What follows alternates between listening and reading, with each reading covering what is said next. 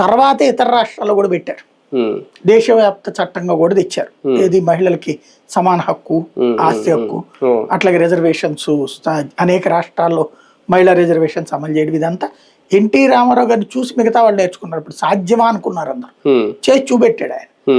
మళ్ళీ ఇన్నేళ్ల తర్వాత, అంటే ఆ తర్వాత చంద్రబాబు నాయుడు ఆ లెగసీ కంటిన్యూ చేసుకొచ్చారు, కానీ ఆయన ఏమి సంచలనాత్మకమైన నిర్ణయం తీసుకోలేదు కదా సంస్థాగత నిర్మాణంలో.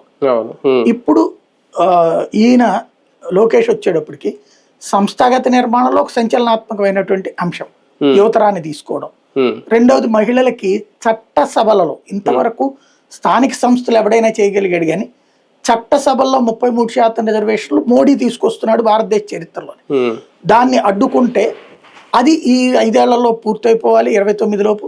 ఒకవేళ అది కాకపోతే నేను ఇస్తాను 33% అనే దమ్ముతో కూడినటువంటి ప్రదర్శన, స్టేట్మెంట్ అన్నది ఒక సంచలనం. ఇస్తాడు కూడా. గతంలో కూడా చంద్రబాబు నాయుడు గారు బీసీలకి 33% రిజర్వేషన్లు ఇస్తాం అని ప్రకటించడం, అంటే ఇందులో చట్టసభల్లో అది అంతవరకు ఆమోదం పొందలేదు, ప్రకటన వరకే మిగిలిపోయింది అనేది. ఇప్పుడు ఈయన ఈ ప్రకటన చేయడం, ఓకే మహిళా రిజర్వేషన్ బిల్ అమలైతే ఓకే, అంటే ఈ ప్రకటనల వరకే మిగిలిపోతున్నాయి, ఎంతవరకు సాధ్యం అనేది కూడా ఒకటి. అంటే చంద్రబాబు చేయలేని లోకేష్ చేస్తాడు.